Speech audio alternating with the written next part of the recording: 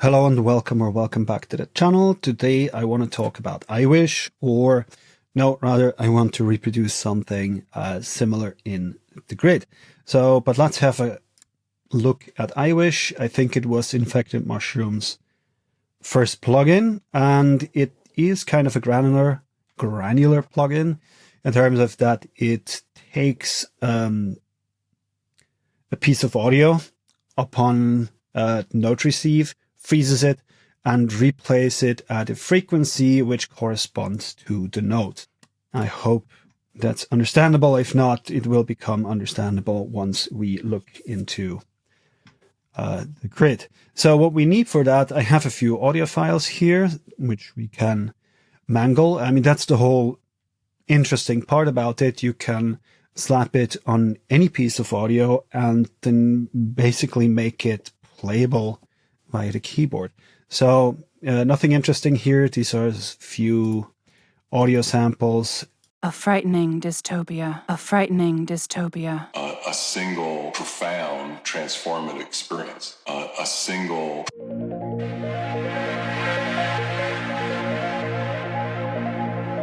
And kind of a pad and atmosphere at the end to have some different audio material. Then we have a trigger, a media region here, contains a few notes which are channeled into this note receiver, which then triggers iWish or later on our own device. So let's listen to what iWish does. A frightening dystopia. A frightening dystopia. So of course we have to play the MIDI region here. A frightening dystopia. A frightening dystopia. A frightening dystopia. A frightening dystopia. A frightening dystopia. A frightening dystopia. A frightening dystopia. A frightening dystopia. A single profound transformative experience.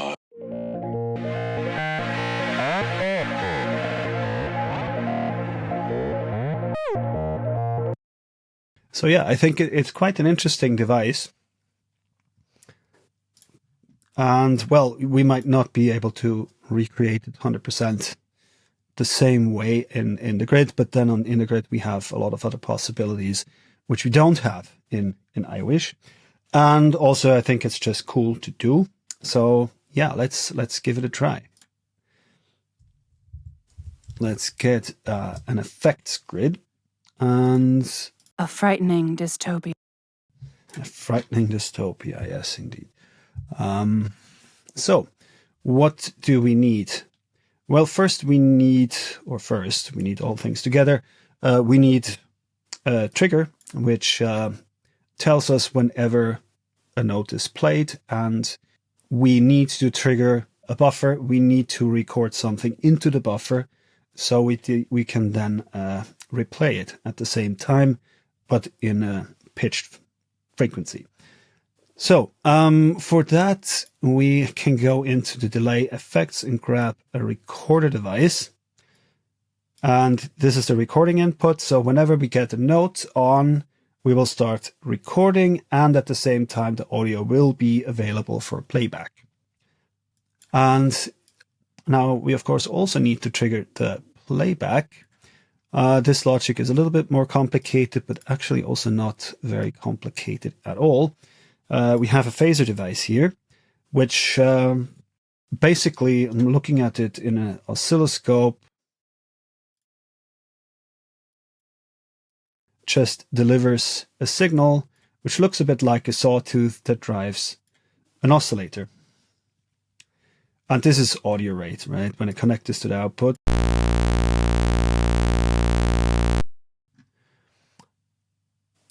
Okay, but we cannot use this signal because, yeah, then the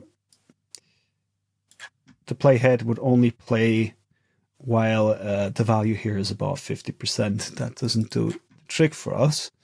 So what we need is a gate. We can reduce it to 2 steps, and the gate is able to create trigger signal.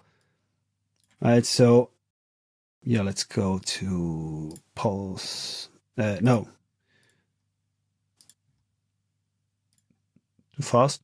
yeah, you can see whenever it switches, it drops to 0 and re-triggers. That's exactly what we need, and we want to play during the entire time, so the signal remains positive, drops to 0, re-triggers, and then plays again. So we can hook this up to the play button. But now we also don't forget to turn this internal phase off. I forgot that previously, and I got confused on why it wasn't really syncing properly. So turn the internal phase off and hook this up to phaser. Now, just for proof, yeah, this now creates a signal, actually twice the frequency of the phaser, because we have 2 triggers here. So to compensate that, I just set the ratio here to 1/2, which now corrects it. Now we are again at the original pitch. Of course, we now need audio, well, which we record, and then we also need to route it to the output. But we do not only want to hear the affected signal, we also want to be able to hear the dry signal. And I will grab a merge here. Well, we will use the gate signal, or yeah, I don't like too many cables, so let me just duplicate this device.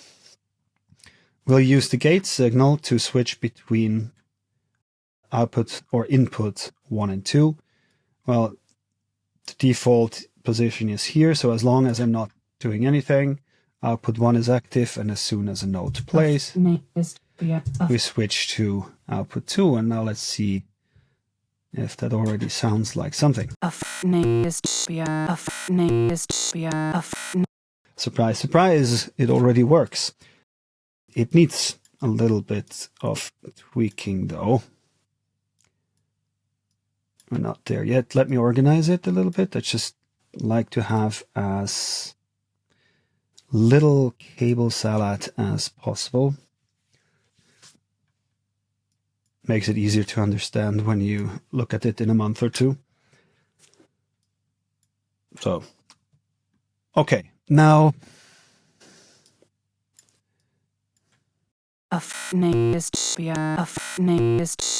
well, one of the first things I can hear right away is that we have clicks whenever we switch from the first to the second output.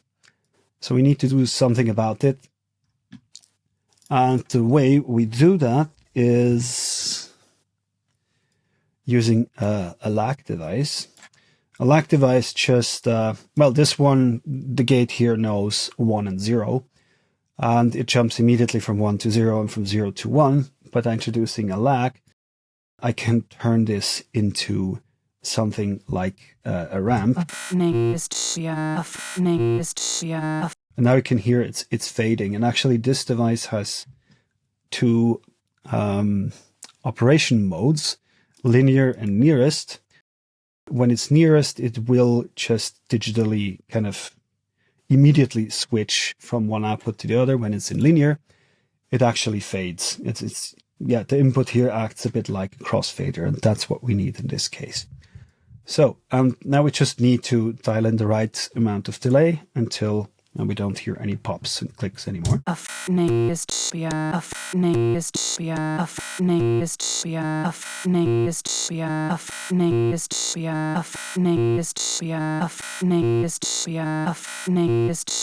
Yeah, I think here's about right. Depends, of course, also a little bit on the source. Sometimes it doesn't click at all. This audio sample seems to click a lot. Or when you have more percussive material, it might actually click, but you don't hear it, or it doesn't disturb. So yeah, this can be tweaked with every audio file to the needs. Okay, now the first thing I remember from iWish is that we can pitch, and we can pitch up and down or down 2 octaves. So I need this here. I need a value. And I need the modulation out. Yeah, please Bitwig, integrate it into the value knob. So, and apply this to the semitone pitch here. And like in iWish, let's go for 24 semitones. And now this has to be bipolar. So click on plus minus. Now we can pitch down 24 and up 24 or 2 octaves.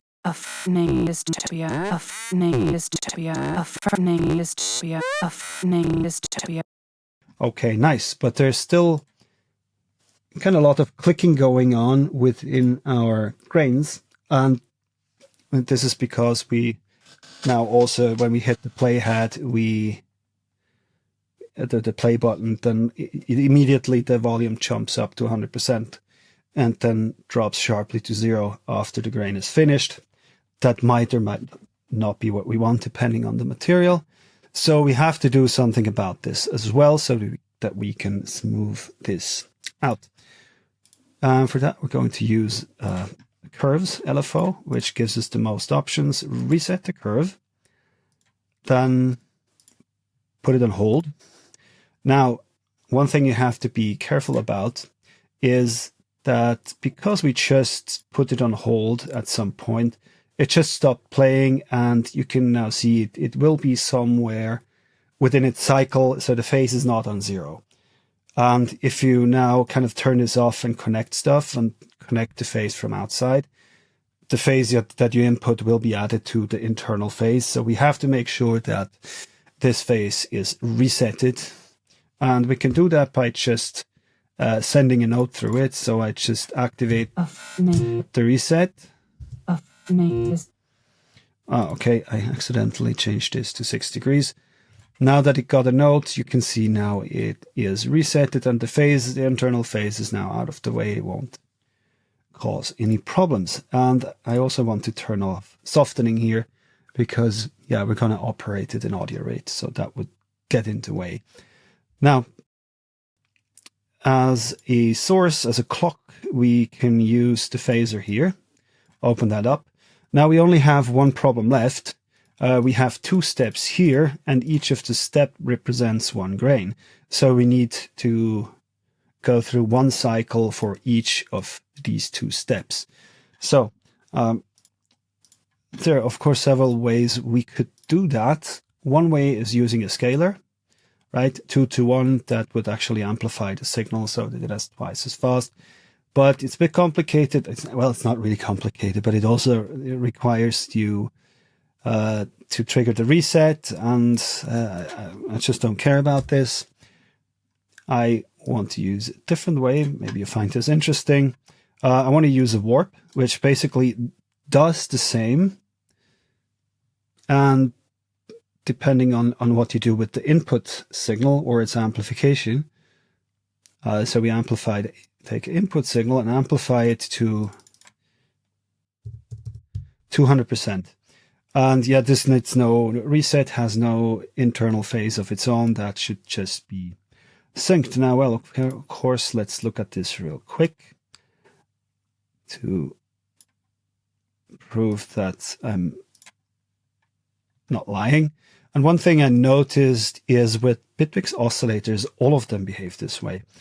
With the oscilloscope, it kind of flickers back and forth. And this only happens if you have a different ratio here other than 1 to 1. You know, if I play a lower octave, which results in the same frequency, it doesn't do that. But as soon as you change this away from 1 to 1, it starts to flicker. So when I really want to look at something in the oscilloscope, I just put this on a ratio of 1 to 1, and I can look at stuff. Okay, now let's hook this up. And okay, we can see that that's exactly what's happening. We have now 2 cycles for every 1 cycle in the phaser so 1 cycle for each grain. And if we now connect that one, I mean, we're not able to see all the kind of bursts or slow drops to 0. The oscilloscope is not able to display them properly, but occasionally they pop up, and we can see that they do so always at the maximum, or rather 0 position of the face. So these two things are apparently nicely synced. Okay, next, let's see what curves does in comparison to the warp. Okay, this also behaves the way we expect. You know, it's during this phase cycle, it opens up and then closes again. So that's where that's the amplitude or volume curve that we will apply to our grains. And the way we do that is, not talking about grains, we have an AMR module, which is exactly doing this, right? It takes this signal here and takes another signal to modulate its amplitude. But since we have a unipolar signal here, we have to turn up the volume all the way to get the full effect. Okay. Now let's actually look at the audio signal that we get here. Okay, let me try to freeze it at a place where we hit a higher note. Okay.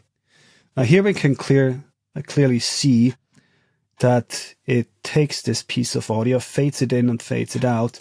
And you can now also see what happens when I can turn snap off here. You can clearly see that it reacts to the changes I make here. We can now easily form the grain in the way we want. For example, like this.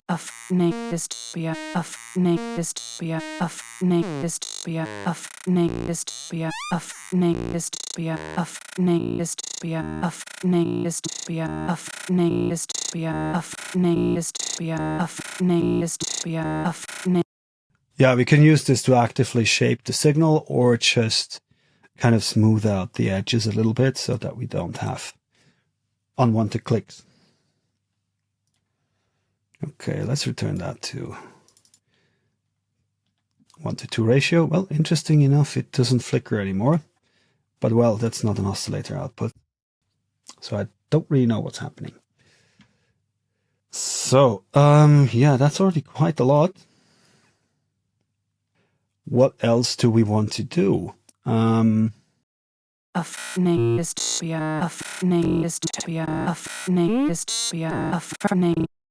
Well, yes, of course, we want to add unison, yeah, multiple voices which we can spread out in time and or pitch. And that's quite simple. In the grid, you can just turn on voice stacking, change that from 1 to 2. Now, one unwanted side effect that we have here is that by each voice we activate, we actually layer another copy of the audio signal on top of the previous one. So the volume gets ridiculously loud. Well, especially in the higher numbers. So just so that you hear what I'm talking about.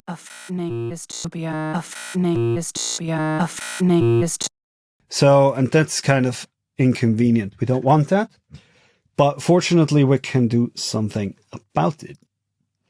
So what we need is we need the information about how many voices are currently playing. Here we have the stack info, which has 2 output. The lower one is size, which is actually the exact number of voices that are currently active. So if I take a value readout, that was not what I wanted. Here. No, the lower output. Now this is one when I increase the number of voices, I see the same here. So this info is actually quite important. It's very nice that we can extract this, because now our life is very easy, we can go to math and just grab a division module and divide the amplitude by the number of voices that we have. And now the volume should remain steady. A frightening dystopia, a frightening dystopia, a frightening dystopia, a frightening dystopia, a frightening dystopia, a frightening. Yeah, perfect. Problem solved. So now we can start introducing a unison. Yeah, for that we need, of course, at least 2 voices. And let's copy this. Make it unipolar, and I want an attenuation in between. So let's name this. This is the pitch, and this here. Actually, we will use this knob here, T-tune. So now we can go and apply voice stack modulation here. And for some interesting reason, it doesn't work when I apply the modulation here. This is where I actually would. A frightening dystopia, a frightening. But for some reason, it doesn't work. But we can also apply it to the semitone. Increase this real quick. A frightening dystopia, a frightening dystopia, a frightening dystopia, a frightening dystopia, a frightening dystopia, a frightening dystopia, a frightening dystopia, a.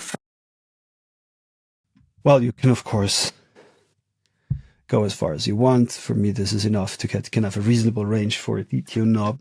A frightening dystopia, a frightening dystopia, a frightening dystopia. That, of course, gets more extreme when you increase the voicing. A frightening dystopia, a frightening dystopia, a frightening dystopia, a frightening dystopia, a frightening dystopia, a frightening dystopia, a frightening dystopia, a frightening dystopia, a frightening dystopia, a frightening dystopia, a. So now we can also disperse these grains in time. So let me create a smaller shape. It's easier to hear what's going on. A frightening dystopia. And pitch down. A frightening dystopia, a frightening dystopia, a frightening dystopia. Or let's only listen to the effect signal for now. Okay. And the way we can spread this out is we need a phase shift module. Just drop it in here. Basically, we can use the same construct. This is now the spread in the time domain. Well, this knob already has the modulation applied, so yeah, but now we only need to apply this to the phase. And .25, I think, is ideal.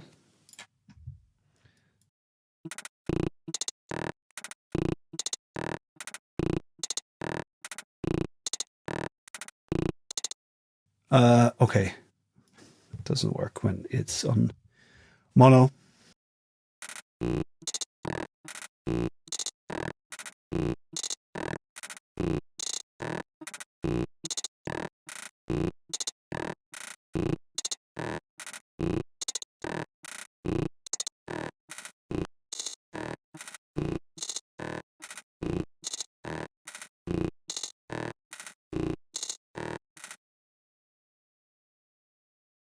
So, yeah, duplicate this again. Make it bipolar. And yeah, let's drop in the mixer and apply this to the pan.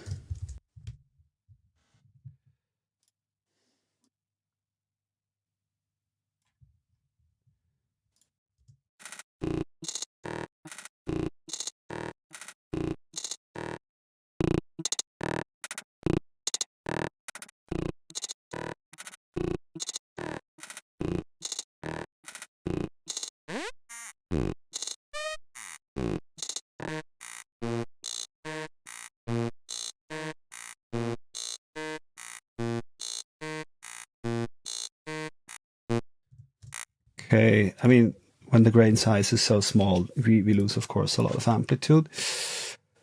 So another amplifier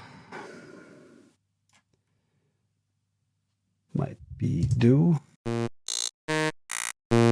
So just that we can bring the effect signal up to the same level or whatever, the ratio that we want to the dry signal.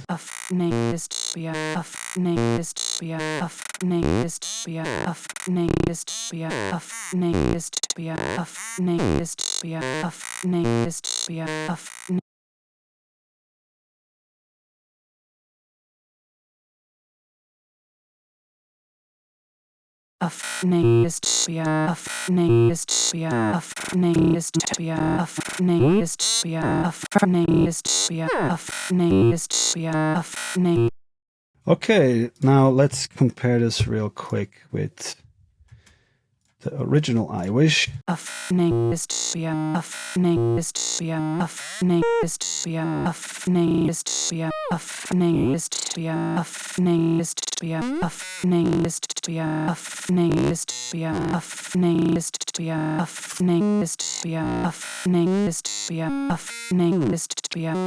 Well, it sounds a little bit different, a bit softer, but it also clicks from time to time, which it should not. But yeah, it deals with the same problems. We have to smooth kind of the transition from original to effect signal and need to smooth out the edges on the grain, which I think the X fade is doing. So it was something we don't have in the grid, or at least I don't really know how to reproduce that, is the formant knob, which is a nice thing. That's how it sounds.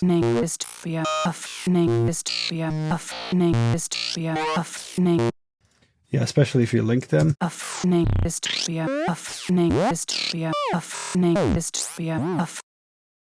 Yeah, it's a bit unfortunate that we don't have that. Well, if you know a way how to reproduce that, let me know. Yeah, well, we can do certain things. We can, for example, use a vowel filter, which lets us to some extent modulate it a little bit. I mean, using a vowel filter might be interesting anyway.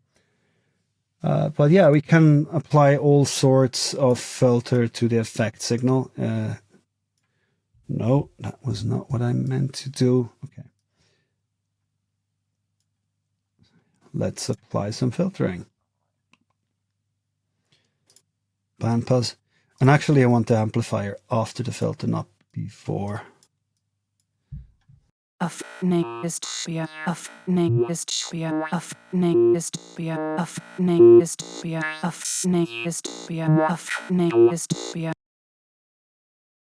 Now, yeah.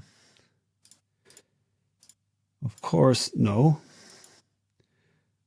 Of course, we want to map important parameters like the pitch, like the cutoff, maybe resonance as well, and all of these guys to control the page. And then let me see if I can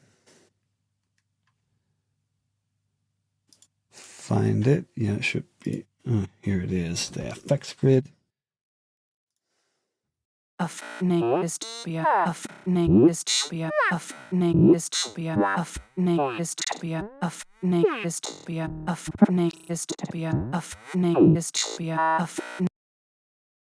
So yes, gives us very interesting possibilities. And now, yeah, like on everything, add some delay. Oh, there was something in the buffer.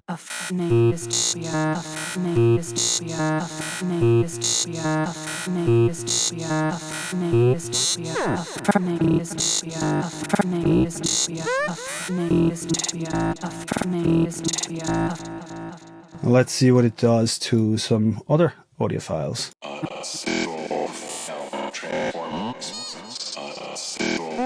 profound transforming experience. A single profound transforming experience. A single profound transforming experience. A single profound transforming experience. A single profound transforming experience. A single profound transforming experience. A single profound.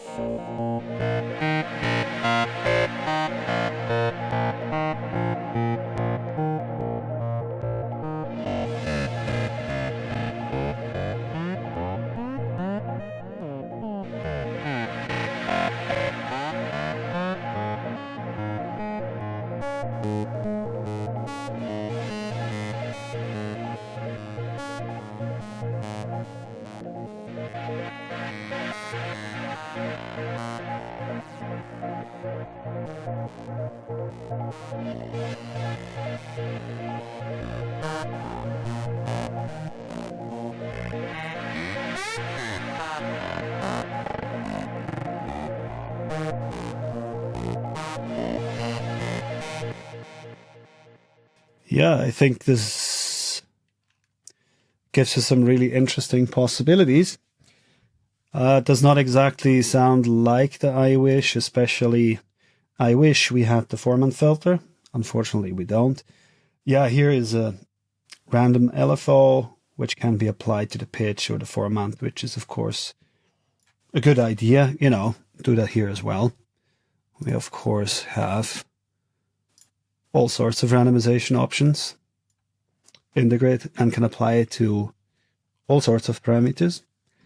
Or we can program sequences or, yeah, whatever, you know, have multiple steps here, turn single steps on or off to get kind of all sorts of weird results. So like always, I have to say, well, it's the grid.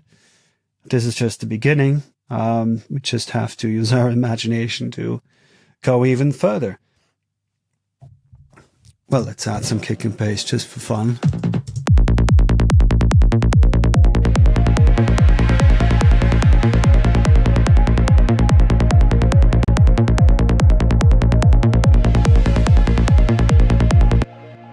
That's the problem.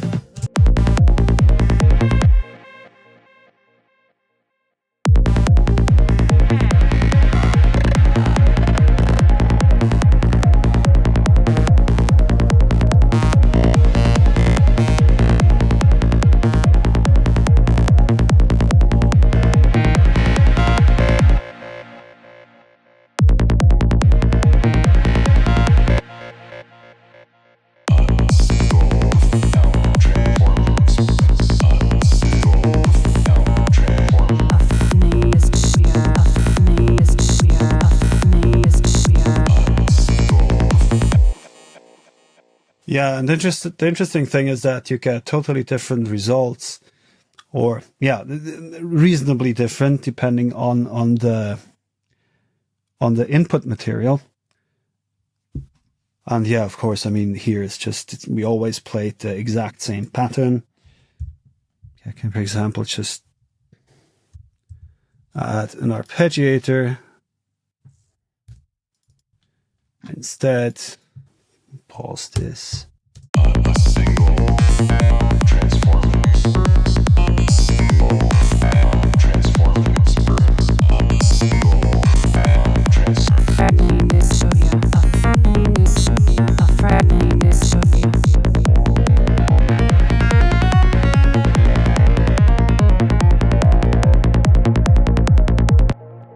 Yeah, awesome. Okay, yeah, that's it for today. Comment, like, subscribe, and see you guys next time.